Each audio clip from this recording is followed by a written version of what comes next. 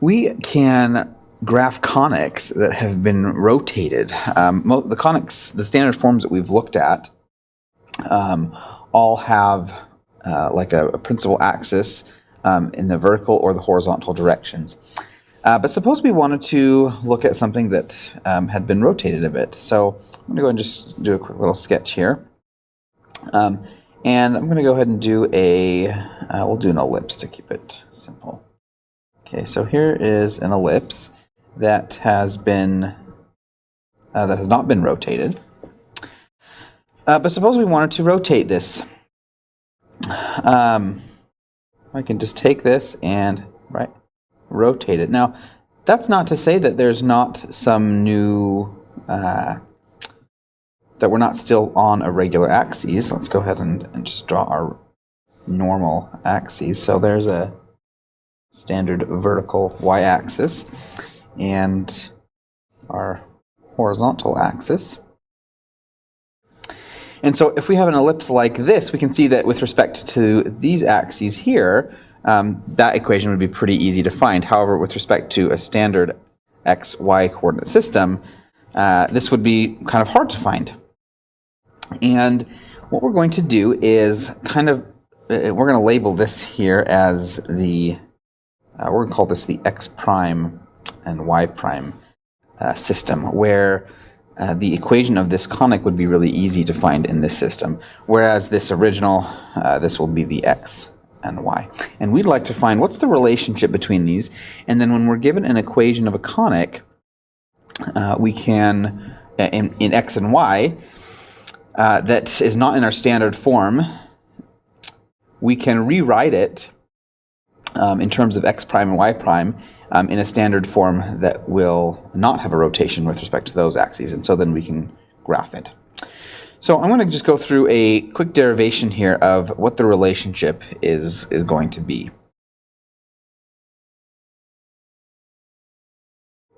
What I'm going to do here is just pick a random point here, and it doesn't really matter what conic I'm looking at, but let's just suppose that I've got a point, okay, on the conic. Now this point can be labeled both with respect to the x prime y prime axes or with respect to the x y axes. So this point, we'll call it the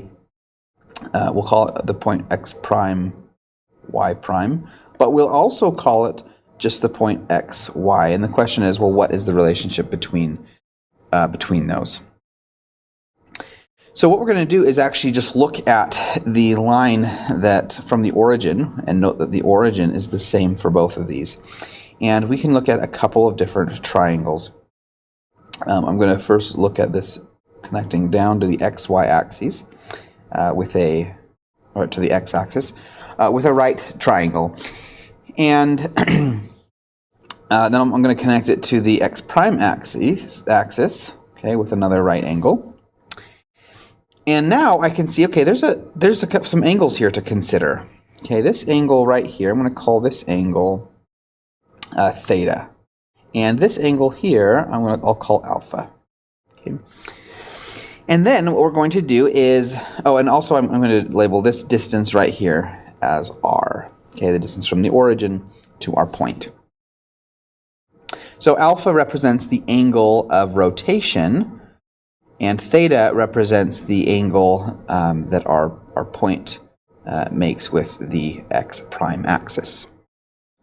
Now I can just write some relationships using some trigonometric functions. I'll start in the x-axis, or the xy system.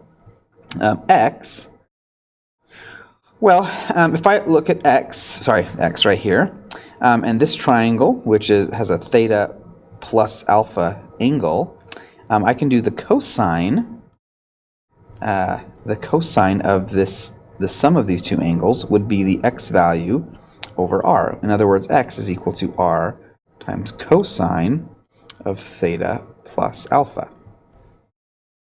Okay, similarly, I have y equals r times sine of theta plus alpha.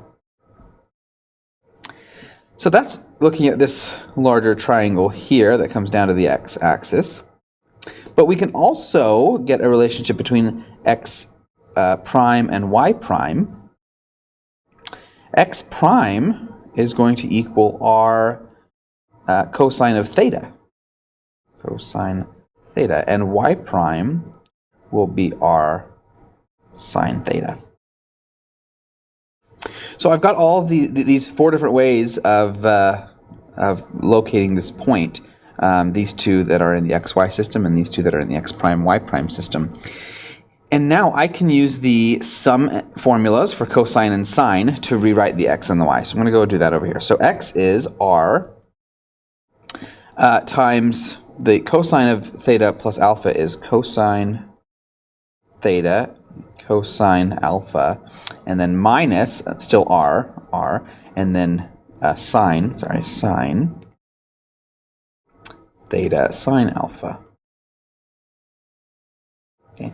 But I know that r cosine theta is x prime, and I know that r sine theta is y prime. So then I get that this is x prime cosine theta minus y prime sine theta. And similarly, I can look at y. Okay, y is r sine of theta plus alpha. So again, using my sum identity there, I get r sine of theta cosine of alpha plus still r, and then cosine theta sine alpha. And then here r sine theta, that's y prime. So I have y prime cosine of alpha, and then plus r cosine theta is x prime sine of alpha. So these here, this is a relationship that exists between our x, y values and our x prime, y prime values. You can do a very similar process to get a relationship that takes us from x to x prime and y prime. I'll just go ahead and write the formulas that we get. X prime is x cosine of alpha plus y sine of alpha, and y prime is y cosine of alpha minus x sine of alpha.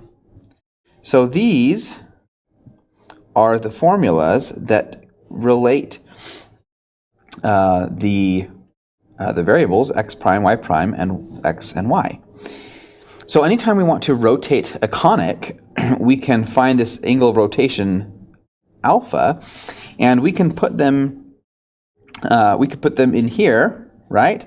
And then or up here, and then we can make replacements in an equation for a conic to switch between an xy system and an x prime y prime system.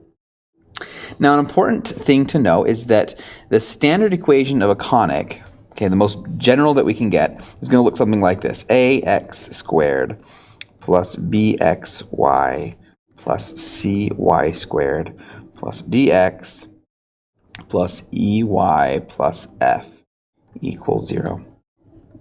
This is as general as we can get. You'll note that we have this xy term here. The presence of an xy term, meaning if b is not 0, tells us that we have a rotated conic. And so if we're given a form that's like this, we can then take these expressions here, replace the x and the y with those, and this term will disappear. This should be an alpha. I'm sorry about that, alpha. And that xy term will disappear, and we'll end up with an equation in the x prime, y prime system that we can actually graph.